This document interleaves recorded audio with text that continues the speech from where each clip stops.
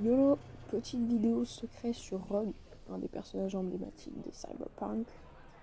Alors je préviens direct, je vais parler de quelque chose en lien avec l'une des fins du jeu, donc si vous l'avez pas fini, ça peut spoiler un peu. Je vais vous présenter un petit secret, Je me c'est demandais, pas vraiment un secret, t'aurais c'est pas du plus un boulot pour détail moi par plutôt hasard? intéressant sur Rogue, qu'on peut Non. capter lors de la fin Rien? soleil. T'es sûr? Alors petit rappel, la fin soleil est accessible uniquement si vous avez précédemment fait la quête annexe de Rogue Shipping In, où on peut aussi avoir une romance avec elle, mais qui débloque rien, donc pas de panique si vous n'avez pas fait la romance. Donc une fois que vous arriverez à la mission sans retour nocturne OP55N1, qui vous mènera aux différentes fins possibles, suivant les choix de dialogue que vous faites avec Johnny sur le toit de l'immeuble, il faudra choisir d'aller défoncer Arasaka avec Rogue, en laissant notre corps à Johnny. Attends une Donc petite il seconde. va aller la retrouver V. à l'Afterlife et entamer un dialogue avec elle pour l'inciter à l'aider pour l'assaut. Peu importe les Mauvaise choix réponse, de Rogue. dialogue que vous ferez, Fais-moi le un deuxième déroulement essai. sera le même. Rogue va accepter. Alors là, Johnny va s'évanouir et dormir pendant plus de 20 heures. Et pendant ce temps, elle aura concocté un plan. Johnny va se réveiller dans le studio de Rogue, qui se trouve à l'arrière du bar. Donc on peut que y aller lors de cette quête, en fait, Putain de sinon c'est un merde! endroit inaccessible. Et Ça marche à chaque ici, fois. on peut À d'ailleurs chaque retrouver fois. des photos de Rogue, Kiri et Johnny quand ils étaient jeunes. Un petit détail que j'ai trouvé plutôt sympa. Rogue, Ensuite, on qu'est-ce qu'il va aller fout là, celui-là? rejoindre Le Rogue au pilote, bar, il va nous accompagné emmener à de Corpo Wayland, Plaza. qui viendra aussi nous aider pendant Nous l'assaut. emmener. Donc t'es Et on partante. va entamer un nouveau dialogue avec elle. Pas ton Elle va nous étonné, donner Odium. de quoi nous équiper. D'ailleurs, c'est du matos de plutôt bonne qualité, hein. Dommage qu'on ne conserve pas en post-game, hein.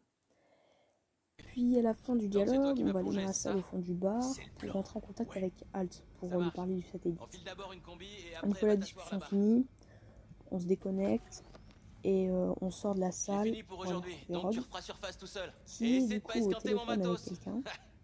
Et je vous laisse du coup regarder le passage.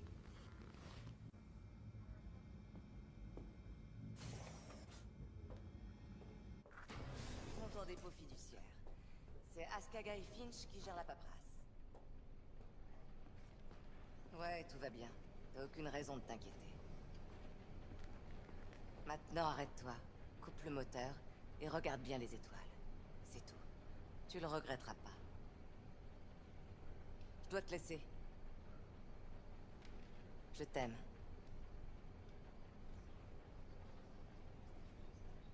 Tu vas faire le plus gros coup de ta vie sapé comme ça. Vraiment. Pourquoi? Ça me fait un gros cul? Ah, c'est pas ça qui va te protéger des balles, mais tu fais comme tu veux. Prêt? Rogue? C'était qui? Mon fils. Ah, ça, je l'avais pas vu venir. Quoi? Tu veux dire que...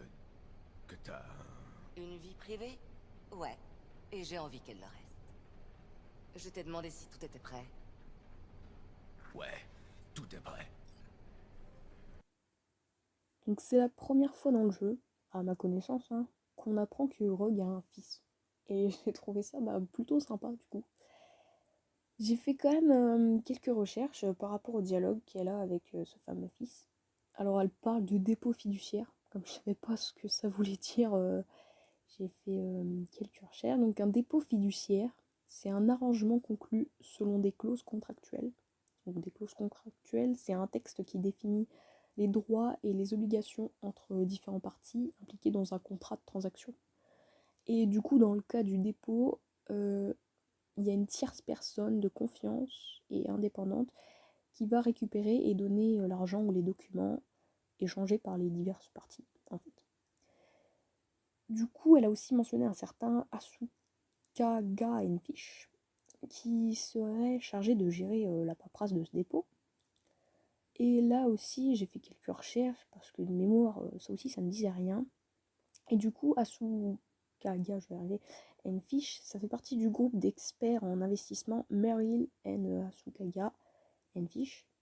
C'est en fait une des méga corporations dans Cyberpunk.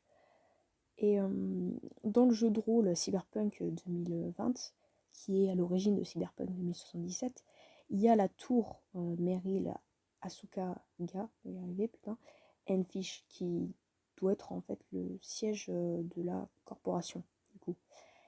Et elle est présente à Night City, dans le quartier du centre-ville du District Corporate Center, près de l'entreprise Plaza. Donc en gros,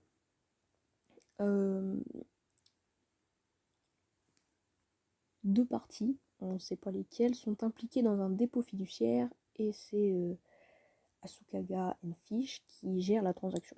Enfin, c'est comme ça que je l'ai compris, mais en vrai, on a très peu d'informations dans cette phrase pour comprendre le sens.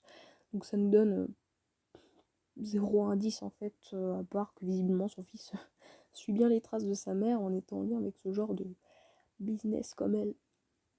Ensuite, lui dit aussi qu'il n'a pas de raison de s'inquiéter et de couper le moteur de son véhicule pour regarder les étoiles. Sûrement pour qu'il assiste au crash du satellite qui se déroulera juste après.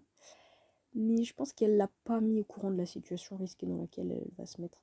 Vu la façon dont elle lui dit qu'il n'a pas raison de s'inquiéter, quoi. Je sais pas.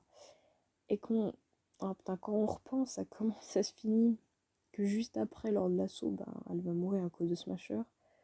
Ah, c'est vraiment triste quand même d'assister à cette scène juste avant.